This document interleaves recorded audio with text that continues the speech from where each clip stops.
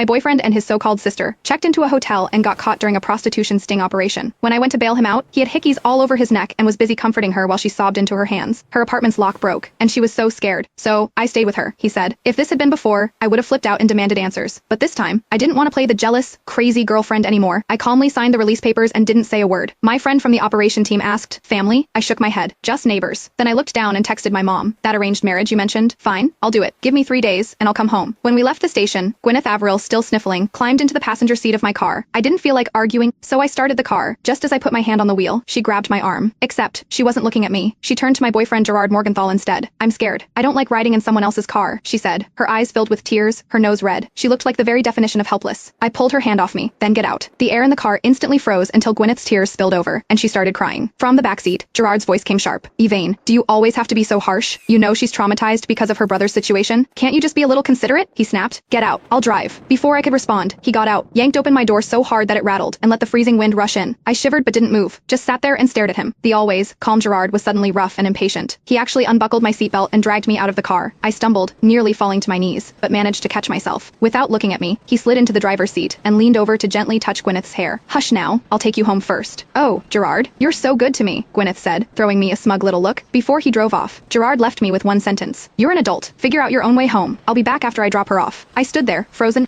As their car sped away before they turned the corner, I saw that bitch lean over and kiss his cheek. Just then, my phone buzzed, and I picked it up with my fingers still stiff. "Sweetheart, did you see Glenn's photo? Glenn London, the guy my mom wanted me to marry, tall and good looking." On the other end, my mom sounded relieved. "Oh, sweetheart, you're finally growing up. Your dad's getting old. Over the years, he's been furious about you running away from home. It's good that you're coming back." I looked up at the insects buzzing around the streetlight. My thoughts scattered. I ran away all those years ago because I didn't want this kind of life. Then I met Gerard, and for a while, I thought I'd hit the jackpot. 7 years, I stood by him through everything from nothing to something. But every time I brought up the future, he'd just say, "It's too soon." I had quietly terminated my pregnancies because of that. More than once. I was so naive, thinking his love alone would be enough. But now, I can't take it anymore. In the end, I took a cab home. Gerard must have felt guilty because he came home not long after. He walked in just as I was packing my things. Clothes were out of my wardrobe, most of them stuffed into bags already. "Why are you packing your clothes?" he asked, looking uncertain. "Decluttering," I said flatly, hoping he'd just take a shower. The cloying scent of perfume on him made me feel nauseous. He hesitated for a moment, not sensing anything amiss, and continued talking to himself.